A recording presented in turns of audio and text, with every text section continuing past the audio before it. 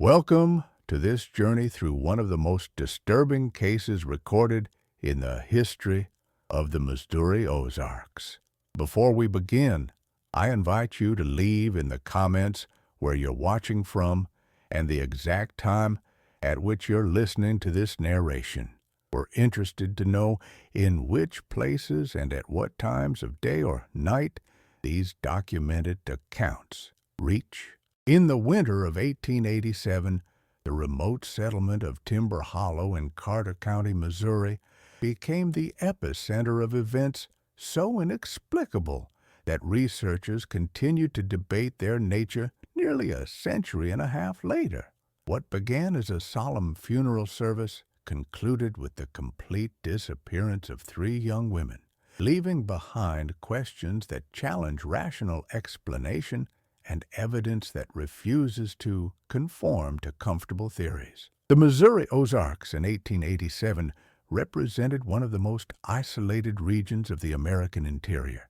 Carter County, established less than 3 decades earlier in 1859, sprawled across rugged terrain characterized by steep limestone bluffs, narrow valleys known locally as hollows, and an extensive network of caves that honeycombed the bedrock beneath the forested hills. The county seat of Van Buren, positioned along the Current River, contained approximately 200 souls and served as the primary connection to the wider world through stagecoach lines that linked the settlement to Salem and the railroad, some 40 miles distant. Beyond Van Buren, scattered homesteads and tiny hamlets occupied the most fertile bottomlands along creek beds and river valleys, while the surrounding ridges remained heavily forested with oak, hickory, and pine. Winter transformed this landscape into something even more forbidding, with temperatures frequently dropping below freezing and snow accumulating in drifts that rendered the primitive wagon roads nearly impassable for weeks at a time. Timber Hollow lay approximately 17 miles northwest of Van Buren, accessible only by a rutted track that wound through dense forest and crossed 3 separate creek fords that became treacherous during periods of rain or snowmelt. The hollow itself stretched for roughly 2 miles along Blackwater Creek, with perhaps a dozen families scattered along its length, their log cabins and small cleared fields separated by sufficient distance that neighbors might go days without seeing one another during the harsh winter months. No church graced Timber Hollow, though an itinerant Methodist circuit rider made irregular visits during favorable weather. No school existed closer than Van Buren, leaving education to those families possessing both the means and inclination to provide it themselves. The nearest doctor practiced in Van Buren, a journey of 4 to 5 hours by wagon under good conditions, much longer or entirely impossible during winter. This isolation bred a particular self-sufficiency among the residents, but it also meant that unusual events might go unobserved or unreported for extended periods, creating gaps in the historical record that subsequent investigators would find deeply frustrating. The Warren family arrived in Timber Hollow in the spring of 1879, having journeyed from Pennsylvania following the death of Patriarch Samuel Warren's first wife. Samuel, then 42 years of age, brought with him his 4 daughters from that first marriage and his new bride, Margaret, a widow herself with no surviving children. According to the Van Buren Current Wave newspaper dated June 12, 1879, Samuel Warren purchased 160 acres along Blackwater Creek from the estate of a deceased settler, acquiring not merely land, but also a substantial 2-story log house, unusual for the region and suggesting prosperity uncommon among Ozark homesteaders. Samuel Warren's occupation was listed in the 1880 Carter County Census as teacher and surveyor, occupations that marked him as a man of education in a region where literacy rates remained below 50%. The census further recorded the ages and names of his daughters: Elizabeth, age 16, Catherine, aged 14, Margaret, age 12, called Meg to distinguish her from her stepmother, and Sarah, age 9. Samuel Warren quickly established a reputation as a learned man, whose library reportedly contained more than 100 volumes, an extraordinary collection for the frontier. Neighbors who visited the Warren home in those early years remarked upon shelves lined with books in English, German, and Latin, covering subjects from classical literature to natural philosophy, from theology to what one visitor described as works concerning ancient history and obscure religious practices. Samuel occasionally provided instruction to neighboring children whose parents could afford the modest fee he charged, teaching reading, arithmetic, and geography in a corner of his home during winter months when agricultural work ceased. He performed surveying work for the county, establishing property boundaries and mapping roads, tasks that required him to venture deep into the surrounding wilderness and gave him intimate knowledge of the region's complex topography. The Warren daughters, by all accounts, were educated well beyond the norm for young women of their time and place. Elizabeth demonstrated particular aptitude for languages and assisted her father in his teaching endeavors. Catherine showed talent in music and possessed a melodeon, one of only 3 such instruments in the entire hollow. Margaret the younger, called Meg, exhibited what her father termed a scholarly temperament and spent long hours reading in the family's extensive library. Sarah, the youngest, was described by a neighbor woman, Mrs. Abigail Thornton, in a letter dated March 3, 1884, as peculiarly quiet and prone to wandering alone in the woods, behavior that Mrs. Thornton found unsettling in a child. The stepmother, Margaret Warren, maintained the household and, by all accounts, treated her stepdaughters with appropriate maternal concern, though she remained somewhat distant from the broader community, rarely attending the irregular social gatherings that punctuated the isolated existence of Timber Hollow residents. The first troubling incident occurred in October of 1886, more than a year before the events that would bring Timber Hollow to the attention of authorities. According to testimony later provided to the Carter County Sheriff by Jacob Thornton, husband of Abigail and the Warren family's nearest neighbor, at a distance of approximately 3/4 of a mile, Samuel Warren appeared at the Thornton cabin near midnight on October 23, 1886, requesting assistance. Jacob Thornton reported that Samuel seemed agitated and claimed that his daughters had become ill with a malady he could not identify. When Thornton and his wife accompanied Samuel back to the Warren home, they found all 4 daughters in a state Mrs. Thornton described as feverish and insensible, lying in their beds and speaking in low voices that seemed to Thornton to be reciting words in a language he did not recognize. Samuel Warren explained that the illness had come upon them suddenly, after the family had explored a cave system approximately 2 miles from their home, a network of limestone passages Samuel had been mapping as part of his surveying work. The daughters had accompanied him on this expedition, and Samuel believed they might have contracted some miasma or breathed noxious vapors within the caves. Mrs. Thornton remained with the Warren family for 3 days, during which the daughters gradually recovered, though she noted in her testimony that they seemed changed by the experience. She reported that Elizabeth, the eldest, appeared hollow-eyed and spoke little, while Catherine complained of persistent headaches and sensitivity to light.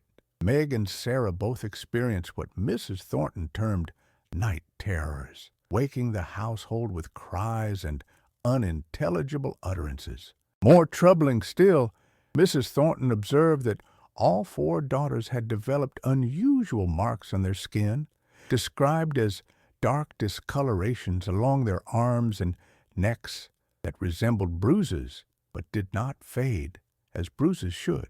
When Mrs. Thornton suggested that Samuel make the difficult journey to Van Buren to fetch Dr. Aldous Wickham, the only physician available, Samuel declined, stating that the doctor could offer nothing that time and rest would not provide. This decision, later examined by investigators, would become one of many perplexing aspects of the case. Through the winter of 1886 and into early 1887, neighbors noted increasing peculiarities regarding the Warren family. The daughters ceased attending the informal winter school sessions that Samuel had previously conducted, with the explanation provided that they were assisting their stepmother with household tasks. Travelers passing the Warren property after dark reported seeing lights moving in the woods between the house and the creek, sometimes accompanied by what one witness, a peddler named Silas Drummond, described in testimony as singing or chanting that carried through the cold night air. Jacob Thornton, whose own property bordered the Warren land, reported hearing sounds emanating from the direction of the Warren home on multiple occasions, sounds he characterized as rhythmic and disturbing, though he could not precisely articulate their nature.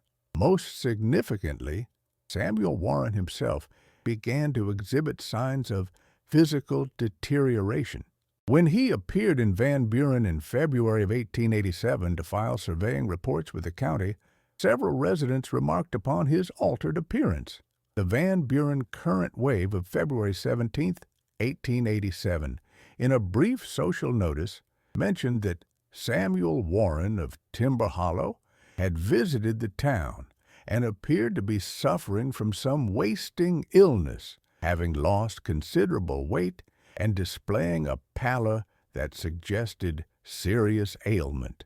In early March of 1887, Margaret Warren, the stepmother, made an unannounced visit to the Thornton cabin, arriving alone and on foot, despite temperatures well below freezing.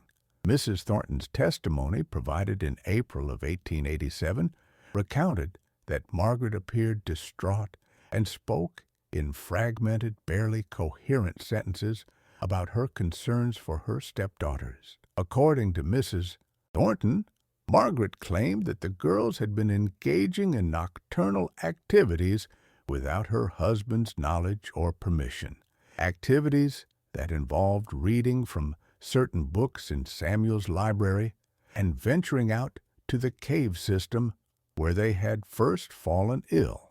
Margaret stated that she had attempted to discuss her concerns with Samuel, but he had dismissed them, insisting that his daughters were merely pursuing intellectual inquiries appropriate to their education and his guidance. More disturbingly, Margaret confided to Mrs. Thornton that she had awoken on several occasions to find her bed empty and Samuel absent from the house, and upon investigation had discovered the entire family gathered in the cave entrance approximately 2 miles distant, engaged in what she could only describe as some form of ceremony or ritual she did not understand. Mrs. Thornton urged Margaret to consider leaving her husband and stepdaughters, suggesting that she could find refuge with family or church authorities, but Margaret refused, stating that she had made vows before God and would not abandon her family regardless of how troubling their behavior became. Margaret did, however, extract a promise from Mrs. Thornton that if anything should happen to the Warren family, Mrs. Thornton would ensure that the authorities in Van Buren were notified and that a proper investigation would be conducted. This conversation, occurring roughly 3 weeks before Samuel Warren's death, would later be interpreted by some researchers as evidence that Margaret possessed foreknowledge of impending tragedy, while others dismissed it as the anxious concerns of a woman struggling to understand behavior that, while eccentric, remained within the bounds of explicable conduct. Samuel Warren died on the night of March 18, 1887. The official cause of death, as recorded by Dr. Aldous Wickham of Van Buren, who examined the body 2 days after death occurred, was listed as pneumonia complicated by general debilitation. However, Dr. Wickham's private notes, discovered decades later in the archives of the Carter County Historical Society, reveal significant reservations about this diagnosis. According to these notes, dated March 20th, 1887, Dr. Wickham observed that while Samuel's lungs showed evidence of fluid accumulation consistent with pneumonia, the overall condition of the body suggested a more complex pathology. Wickham noted extreme emaciation, with Samuel's weight estimated at less than 100 pounds despite his height of approximately 5 feet 10 inches. The physician further documented unusual lesions on Samuel's torso and limbs, described as darkened areas of tissue that appeared almost burned, though no evidence of fire exposure existed.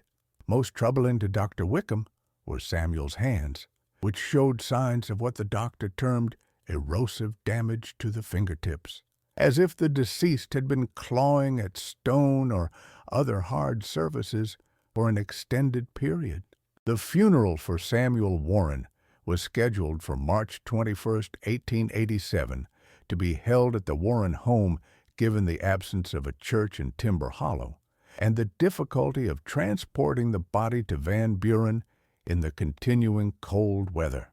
Reverend Josiah Matthews, the Methodist circuit rider who occasionally visited the region, had been summoned and agreed to conduct the service. Approximately 30 individuals from Timber Hollow and surrounding areas attended, a substantial gathering given the isolated nature of the community and the challenging travel conditions. Multiple witnesses provided testimony regarding the events of that day, and while their accounts align on most major points, significant discrepancies exist concerning crucial details, discrepancies that have fueled more than a century of speculation and debate. The funeral service commenced at 2 o'clock in the afternoon. Samuel Warren's body, dressed in his best suit and laid in a pine coffin constructed by Jacob Thornton, rested on a table in the main room of the Warren home. The 4 daughters, dressed in black mourning attire as Victorian custom demanded, stood together near the coffin throughout the service. Multiple witnesses, including Reverend Matthews himself, later commented on the daughters' appearance and demeanor. The Reverend's account, preserved in his journal and later transcribed for official records, described the young women as pale and hollow-eyed, showing little outward emotion despite the loss of their father. Elizabeth, at 24 years of age, stood at the head of the group, her hands clasped before her. Catherine, 22, and Meg, 20, flanked their younger sister Sarah, who at 16 appeared, according to Reverend Matthews, to be in a state of near catatonia, staring fixedly at their father's body without blinking. Reverend Matthews conducted a standard Methodist funeral service, reading from Scripture and offering prayers for the deceased soul and comfort for the bereaved. Several attendees later reported that during the service they heard sounds emanating from somewhere within the house or perhaps from beneath it, sounds described variously as scratching, tapping, or rhythmic knocking. Jacob Thornton testified that he believed these sounds came from the cellar beneath the main room, though he acknowledged that the wind or settling timbers might have produced similar noises.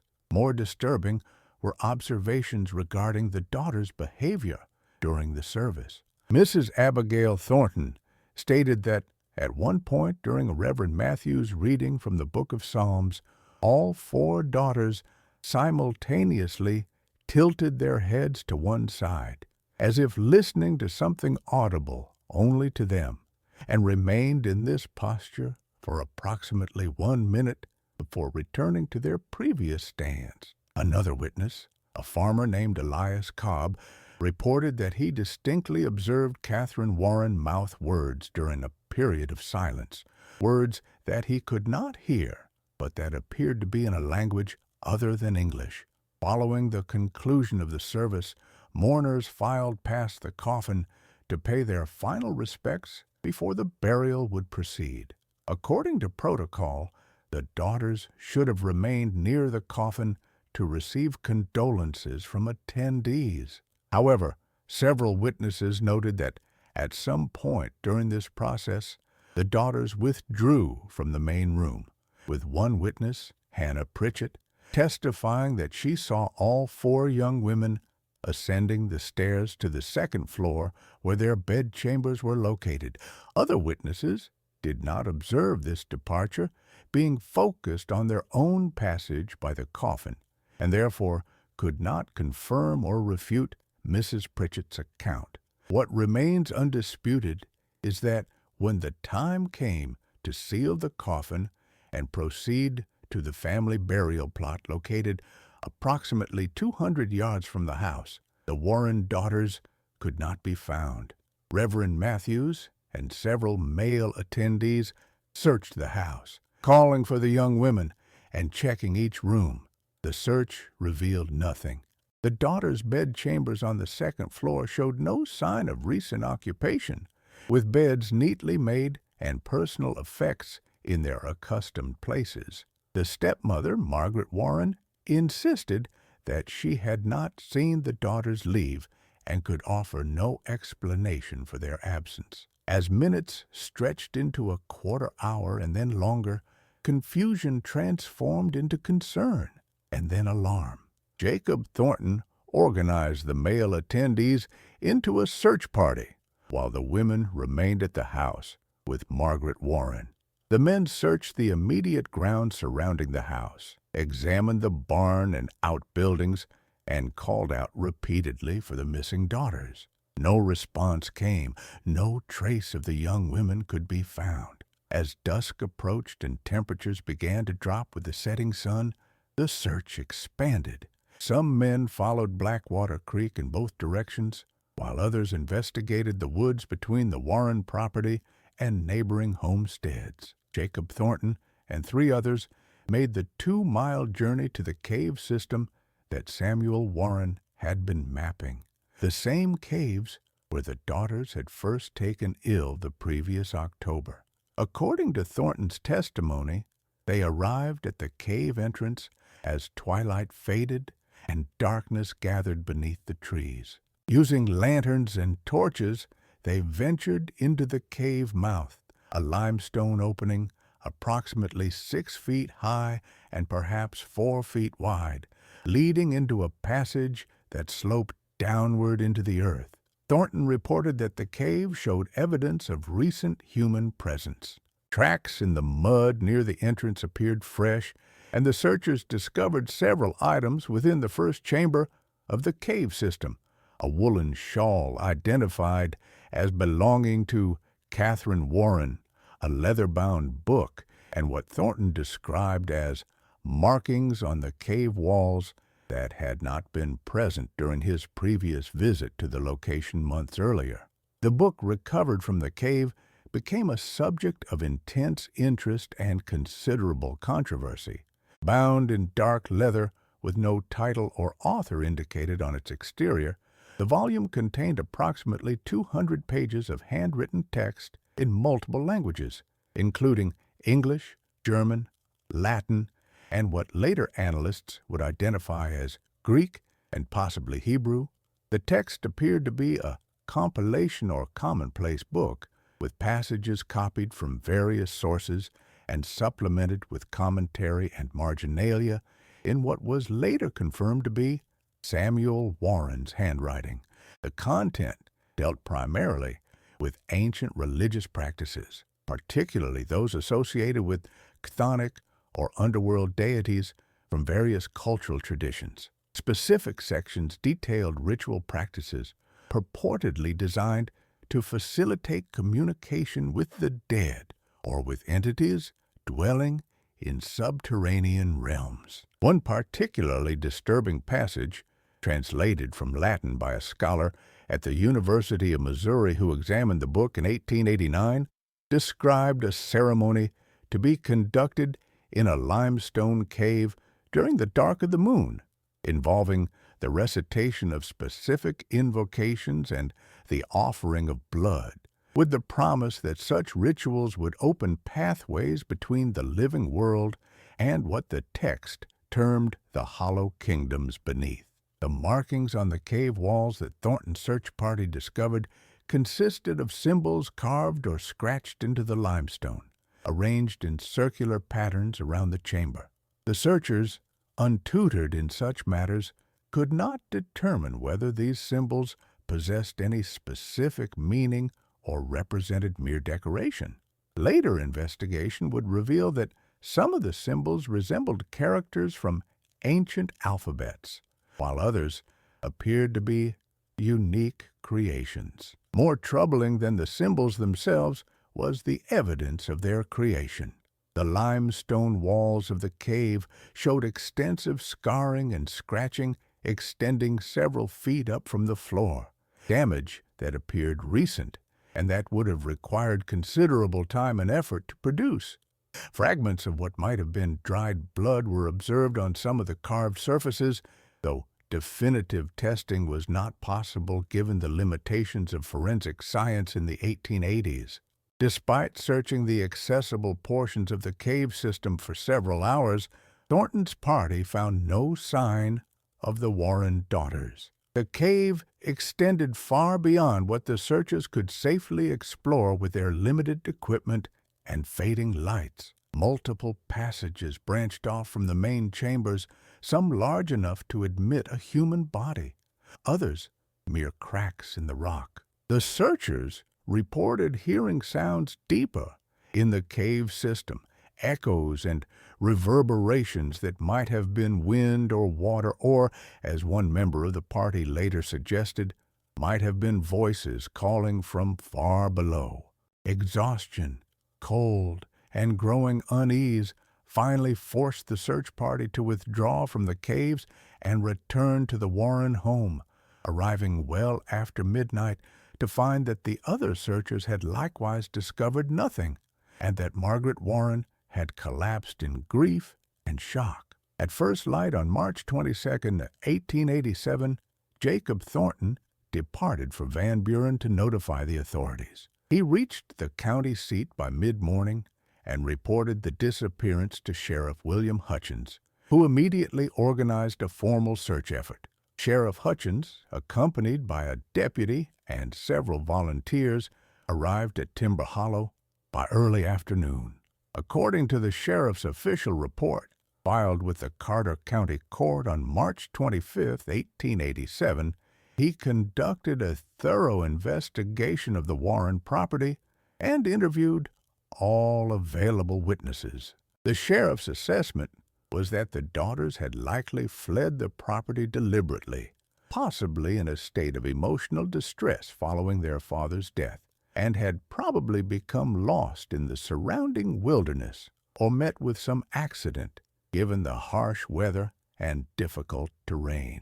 Sheriff Hutchins organized search parties that combed the area for 3 days, covering approximately 10 square miles surrounding the Warren home and paying particular attention to the cave system and the creek valleys where a lost or injured person might seek shelter.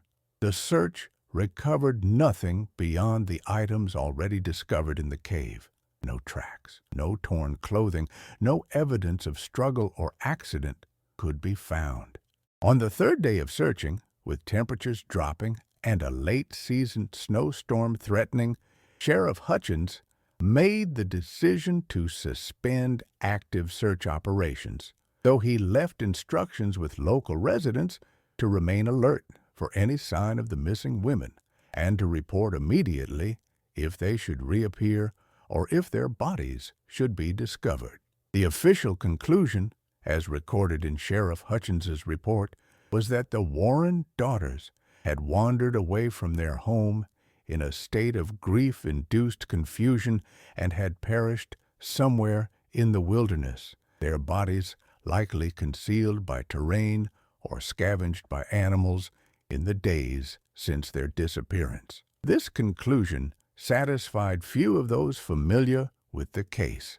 The Warren daughters were not children, but rather educated young women ranging in age from 16 to 24, all familiar with the local geography and all raised in an environment where wilderness survival skills were essential. The likelihood that all four would simultaneously become so disoriented as to perish without leaving any trace seemed remote. Furthermore, the discovery of the book and the cave markings suggested a degree of planning and purpose inconsistent with spontaneous flight driven by grief. Alternative theories began to circulate through the community and beyond as news of the disappearance reached the wider region through newspaper coverage. The Van Buren Current Wave devoted extensive coverage to the case, publishing multiple articles between March 24th and April 7th, 1887. The newspaper interviewed witnesses, published summaries of testimony, and offered editorial speculation regarding possible explanations. One article, published on March 31st, 1887, suggested that the daughters might have been abducted, though the article could not identify any plausible perpetrator or motive for such a crime, given the family's modest circumstances and the isolated nature of Timber Hollow. Another article, appearing on April 7, 1887, took a more sensational approach, suggesting that the daughters had been involved in spiritualist practices, a movement that had gained considerable following in America during the decades following the Civil War, and that their disappearance might be connected to these activities. This theory gained some traction due to the discovery of the book with its focus on communication with the dead and its discussion of rituals and ceremonies. Margaret Warren, the stepmother, provided little additional information to investigators. Her emotional state had deteriorated significantly in the days following the disappearance, and Dr. Wickham, who examined her at the request of concerned neighbors, diagnosed her with nervous exhaustion and recommended rest and sedation.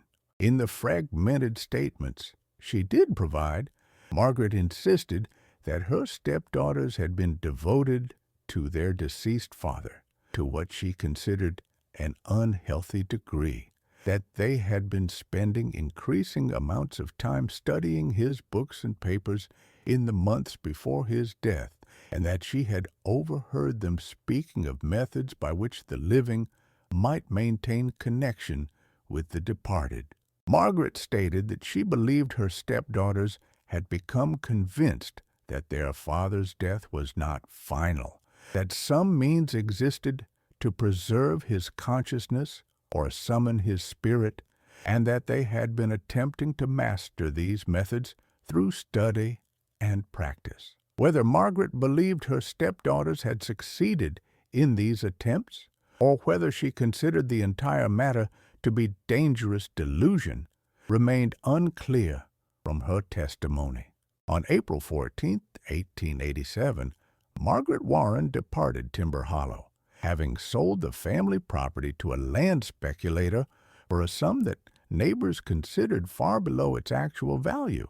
She relocated to St. Louis, where she had distant family connections, and refused all subsequent attempts by journalists or investigators to discuss the case. She died in St. Louis in 1903, having never returned to the Ozarks and having maintained her silence regarding the events of March 1887 for the remainder of her life. The Warren property stood empty for several years before being purchased and occupied by a family unconnected to the original events. The disappearance of the Warren daughters might have faded into obscurity as merely one more tragic mystery of frontier life had it not been for several subsequent developments that kept the case in public consciousness and attracted the attention of more serious investigators. The first of these developments occurred in October of 1889, when two hunters exploring the cave system where the search party had found the shawl and the book made a discovery that reignited interest in the case. According to their testimony, provided to Sheriff Hutchins and later published in the Van Buren Current Wave on October 24, 1889, the hunters had penetrated deeper into the cave system than previous searchers, following a narrow passage that required crawling through several tight restrictions. In a chamber approximately 200 yards from the cave entrance and perhaps 70 feet below the surface, the hunters discovered what they described as a prepared space, clearly modified by human hands. The chamber, roughly circular and perhaps 12 feet in diameter, contained carved symbols similar to those found near the cave entrance, though more elaborate and extensive. More disturbingly, the chamber contained the remnants of what appeared to be fabric, later identified as consistent with the black mourning dresses the Warren daughters had worn at their father's funeral. The fabric fragments, badly deteriorated and partially embedded in the mud floor of the chamber, were recovered and examined by multiple authorities. Dr. Wickham, the Van Buren physician, could offer no explanation for their presence or condition. The fragments showed signs of having been in the cave environment for an extended period, consistent with the 2.5 years that had elapsed since the disappearance. Yet they also displayed unusual characteristics. The fabric appeared to have been torn or cut deliberately rather than damaged by decay or animal activity. Chemical analysis, primitive by modern standards but the best available at the time, suggested the presence of substances that one analyst, Professor Edmund Gray of the Missouri School of Mines, described in his report dated December 1889 as possibly biological in origin, but unlike any blood, tissue, or bodily fluid he could identify. Sheriff Hutchins organized another search of the cave system in November 1889, this time bringing experienced cavers and better equipment. The searchers mapped the accessible portions of the cave, identifying at least 7 major chambers connected by passages of varying sizes and numerous smaller alcoves and side branches, some of which extended beyond the range of safe exploration. No human remains were discovered, nor any additional evidence that definitively explained the fate of the Warren daughters. However, the searchers reported several deeply unsettling observations. First, the modified chamber where the fabric had been found showed evidence of extensive excavation or enlargement, with tool marks visible on the walls and ceiling, suggesting that someone had spent considerable time and effort shaping the space.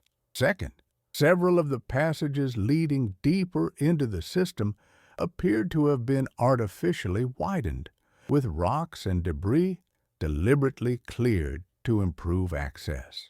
Third, in the deepest chamber, the searchers dared to explore approximately 300 yards from the entrance and more than 100 feet below the surface. They discovered what appeared to be more recent disturbances, including footprints in the mud that had not yet fully dried, suggesting that someone or something had been present at the caves in the days or weeks immediately preceding the search. This final observation proved most troubling to the search party and to Sheriff Hutchins. If the footprints were recent, they implied that either the Warren daughters had somehow survived in the cave system for more than 2 years, impossible given the absence of food, water being the only resource available in abundance, or that some other person or persons had been using the caves for purposes unknown. A watch was established at the cave entrance for several weeks following the November 1889 search, with volunteers taking turns monitoring the site for any sign of activity. No one was observed entering or leaving the caves during this surveillance period, and the watch was eventually abandoned as winter weather made the vigil increasingly difficult and dangerous. Academic interest in the case began in earnest in 1893 when Professor Martin Ashford of the Department of Psychology at Washington University in St. Louis learned of the Warren disappearance through newspaper archives he was consulting for an unrelated research project. Professor Ashford, a scholar interested in cases of mass delusion and collective hysteria, became convinced that the Warren case represented a significant example of shared psychological disturbance, possibly induced by the trauma of Samuel Warren's terminal illness and death, combined with exposure to his unusual library and ideas. In the summer of 1893, Professor Ashford traveled to Carter County to conduct interviews with surviving witnesses and to examine the physical evidence, including the book recovered from the cave and the fabric fragments discovered by the hunters in 1889. Professor Ashford's findings, published in the American Journal of Psychology in early 1894 under the title A Case of Collective Psychological Aberration in the Missouri Ozarks, argued that the Warren daughters had been subject to what he termed folie à famille, a condition in which multiple members of an isolated family group develop shared delusions or irrational beliefs. Ashford proposed that the daughters, influenced by their father's extensive reading in ancient religious and occult texts, had become convinced that death was not final and that specific rituals could preserve or recall the consciousness of the deceased. Following their father's death, according to Ashford's theory, the daughters had become so consumed by their desire to maintain contact with him that they had fled to the cave system, where they believed the rituals described in their father's books could be most effectively performed. Ashford suggested that the daughters had perished in the caves, possibly through exposure, starvation, or accident, and that their remains lay undiscovered in some unexplored passage or chamber. While Professor Ashford's theory provided a psychologically coherent explanation for the disappearance, it failed to account for several troubling aspects of the case. The discovery of recent footprints in the caves in 1889, more than 2 years after the disappearance, could not be explained if the daughters had died shortly after entering the cave system in 1887.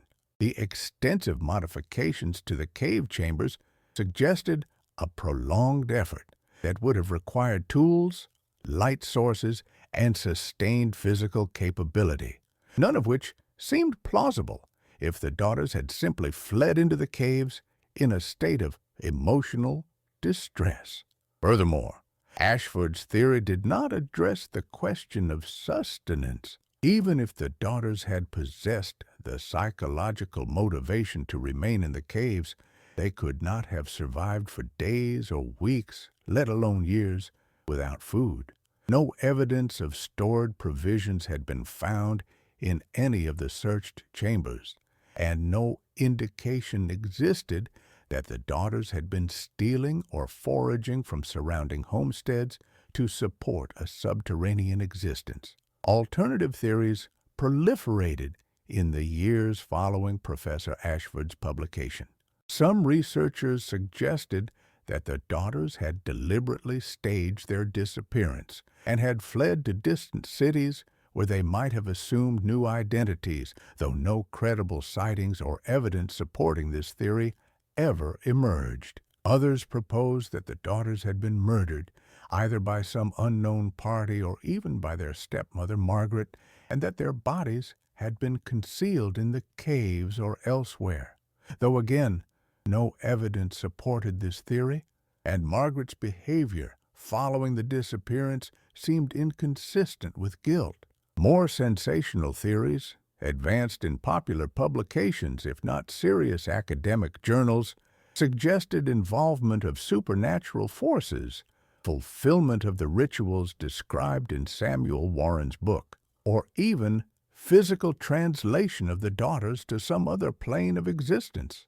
Theories that serious investigators dismissed as superstitious fantasy. The case returned to prominence in 1912 when a graduate student in anthropology at the University of Chicago named Robert Kern conducted fieldwork in the Missouri Ozarks as part of a larger study of frontier communities and their folkways.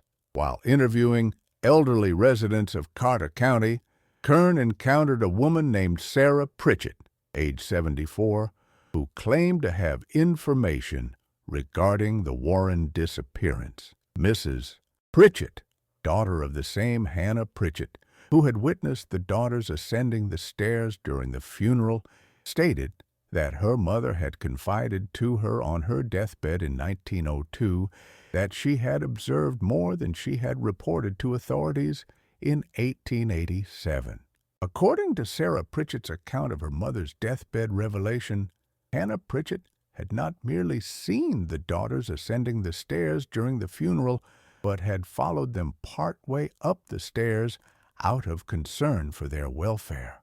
From a position on the stairs, Hannah had observed the four daughters entering one of the upstairs bedchambers and a moment later heard what she described as a sound of stone grinding on stone, followed by absolute silence. When Hannah had ventured further up the stairs and looked into the bedchamber, the room was empty, with no sign of the daughters and no obvious means of exit, besides the door through which Hannah herself had entered. Sarah Pritchett stated that her mother had not reported this observation to authorities because she feared ridicule and because she herself could not explain what she had witnessed. The sound of stone on stone and the daughter's apparent vanishing from a second-floor room with no exterior access had convinced Hannah Pritchett that she had witnessed something impossible, something that defied natural explanation,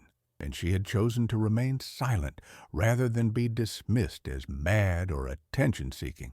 Only on her deathbed, when social concerns no longer mattered and the desire to unburden her conscience overcame her reticence, had Hannah shared the full truth of her observations with her daughter.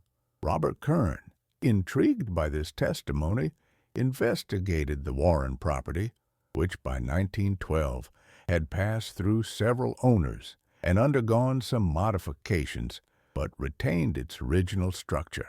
With permission from the current residents, Kern conducted a thorough examination of the second floor, paying particular attention to the bedchambers that had belonged to the Warren daughters. In what had been Elizabeth Warren's room, Kern made a discovery that sent him to the county records and ultimately resulted in a brief but intense excavation project. Behind a section of wall paneling that had been added by a subsequent owner, Kern found a concealed opening, a hole approximately 3 feet square that had been cut through the log wall and carefully fitted with a removable section of timber that could be slid aside to reveal the opening. This opening provided access to a narrow shaft that descended vertically through the structure of the house, passing through the ceiling of the first floor and continuing down through the floor into the crawl space beneath the house, from which point it appeared to connect to a natural fissure in the limestone bedrock. Kern, working with a local stonemason and equipped with ropes and lanterns, descended into the shaft in June of 1912.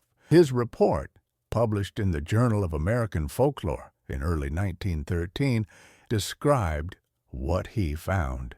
The shaft dropped approximately 20 feet from the level of the second floor to the limestone bedrock beneath the house. From the bottom of the shaft, A natural fissure extended into the earth at a steep angle, large enough to admit a human body, though requiring crawling or sliding for movement. Kern followed this fissure for approximately 40 yards, descending perhaps another 30 feet in elevation before emerging into a natural tunnel that connected to the larger cave system that honeycombed the region. By careful measurement and compass work, Kern determined that this tunnel, if followed in the appropriate direction, would eventually lead to the same cave system where searchers in 1887 and 1889 had found evidence of the Warren daughters' presence. This discovery provided, for the first time, a plausible explanation for how the Warren daughters might have vanished from their home without being observed. They had not fled out a door or window, but had instead descended through the concealed shaft in Elizabeth's room, a shaft that they or their father must have discovered or created at some point before the funeral. Whether the shaft and its connection to the caves had been discovered accidentally or deliberately excavated remained unclear, but its existence suggested that the disappearance had been planned rather than spontaneous. The daughters had waited for an opportune moment during the funeral, ascended to the second floor under Hannah Pritchett's observation, entered Elizabeth's room, and descended through the shaft into the earth, from which point they had made their way through the underground passages to the modified chambers deeper in the cave system. But this explanation, while answering the question of how the daughters had vanished, did nothing to answer the more fundamental questions of why they had done so, or what had become of them subsequently. Kern's excavation of the shaft and his exploration of the connected cave passages found no human remains, no additional evidence, no clues to the ultimate fate of the four young women. The caves extended far beyond what Kern could safely explore, and he acknowledged in his report that the daughters might have perished in some distant chamber, might have become lost in the maze of passages and died of exposure or injury, or might even have found an exit elsewhere and emerged from the caves at a different location, though this last possibility seemed remote given the attention the case had received and the likelihood that the daughters would have been recognized had they appeared anywhere in the region. One final development occurred in 1927, 40 years after the original disappearance, when the caves beneath the Warren property and the surrounding region were mapped systematically as part of a geological survey conducted by the Missouri Geological Survey. The surveyors, working with improved equipment and techniques unavailable to earlier investigators, mapped more than 3 miles of interconnected passages, including several large chambers and numerous smaller spaces. In one of these chambers, located approximately 1/2 mile from the entrance nearest the Warren property and at a depth of nearly 200 feet below the surface, the surveyors discovered human remains. Specifically, they discovered 4 skeletons arranged side by side in what appeared to be a deliberate positioning, lying on a raised shelf of stone in an otherwise empty chamber. The skeletons, examined by Dr. Harold Westcott of the Missouri State Medical Examiner's Office, were determined to be those of females ranging in age from late teens to mid-20s, consistent with the Warren daughters at the time of their disappearance. Dr. Westcott's report, dated October 1927, provided detailed analysis of the remains. All 4 skeletons showed evidence of trauma, though the nature and extent of this trauma puzzled the medical examiner. The bones displayed fractures and stress marks inconsistent with simple falls or accidents, marks that suggested prolonged physical strain or repetitive impacts. More perplexing were the alterations to the skeletons themselves. Several bones particularly those of the hands and feet, showed signs of modification, filing or carving that had reshaped their natural contours. Dr. Westcott noted that these modifications would have been extraordinarily painful if performed on living subjects, and that the purpose of such alterations defied medical explanation. Additionally, the skulls of all four skeletons exhibited unusual wear patterns on the teeth, suggesting that the individuals had been chewing or gnawing on hard substances, possibly stone, for extended periods before death. The positioning of the skeletons and the chamber in which they were found suggested ritual significance. The raised stone shelf on which the remains lay appeared to have been carved or shaped, creating a flat surface approximately 8 feet long and 4 feet wide. The bodies had been arranged with their heads pointing toward the deepest recesses of the cave and their feet toward the entrance.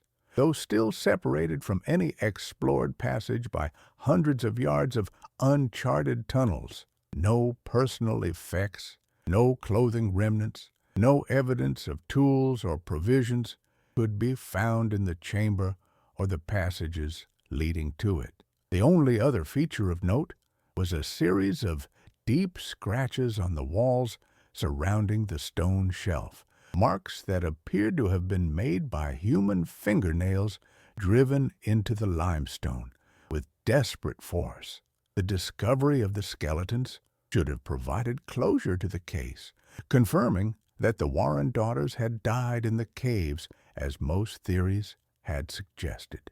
However, the condition of the remains and the circumstances of their discovery raised as many questions as they answered. If the daughters had perished shortly after entering the caves in March of 1887, as would be expected given the absence of food and the harsh conditions, their remains should have been discovered by earlier searchers, particularly by Robert Kern in 1912, whose explorations had covered much of the accessible cave system. The chamber where the 1927 surveyors found the skeletons was not hidden or inaccessible. It was simply distant from the entrances that earlier investigators had used. Furthermore, the condition of the skeletons, particularly the modifications to the bones and the evidence of sustained physical activity, suggested that the daughters had survived in the caves for an extended period, possibly months or even years, though how they could have sustained themselves remained inexplicable. DNA analysis, which might have definitively confirmed the identity of the remains, did not exist in 1927, and the skeletal material was too degraded by the time such techniques became available in the late 20th century to allow for conclusive identification. Nevertheless, a consensus emerged among investigators that the skeletons were indeed those of Elizabeth, Catherine, Margaret, and Sarah Warren, and that the case could be considered resolved. The official determination, recorded in Carter County records in 1928, was that the Warren daughters had died in the Blackwater Creek cave system at some point following their disappearance in March 1887, likely as a result of exposure, starvation, and psychological disturbance brought on by their father's death and their apparent belief in the efficacy of rituals described in Samuel Warren's books. Yet questions persist. Witnesses from Timber Hollow and surrounding areas continued to report unusual occurrences near the cave systems for decades following the discovery of the skeletons. Lights were observed moving in the passages. Sounds described as singing or chanting were heard emanating from cave entrances on certain nights, particularly during the dark of the moon. In 1936, a teenager exploring the caves near the site of the Warren property disappeared for 3 days, eventually emerging disoriented and unable to coherently explain where he had been or what he had experienced. In 1952, a group of spelunkers from St. Louis, exploring the same cave system, encountered what they described in their written account as evidence of recent human presence in chambers that supposedly had not been entered since the 1927 survey, evidence that included footprints in undisturbed mud and what appeared to be offerings of flowers and food left in the deepest accessible chamber. Modern researchers who have examined the case files and available evidence find themselves confronted with a mystery that resists comfortable resolution. The psychological explanation, while superficially satisfying, cannot account for the physical evidence of the modified caves, the survival of the daughters for what appears to have been an extended period without provisions, and the continued reports of anomalous activity in the cave system decades after their deaths. The supernatural explanation, while embraced by some popular accounts, lacks the empirical support that serious scholarship demands and requires acceptance of premises that contradict established scientific understanding. What remains is a case that, nearly a century and a half after its occurrence, continues to generate debate, speculation, and unease among those who study it carefully. The fate of the Warren daughters, whether they were victims of shared delusion who fled into the earth and perished in darkness, or whether they succeeded in some incomprehensible manner in the rituals their father had documented, or whether some explanation exists that has not yet been conceived by investigators, remains unresolved. The caves beneath the Missouri Ozarks, with their thousands of miles of unexplored passages extending into depths that humans have never reached, keep whatever secrets they contain. And on certain nights, according to local residents who live near the old Warren property, if one listens carefully near the cave entrances, one might still hear echoes rising from below, sounds that might be wind or water or shifting stone, or that might be voices calling from the hollow kingdoms beneath the earth, voices that have been calling for more than a century and will perhaps continue to call for centuries more.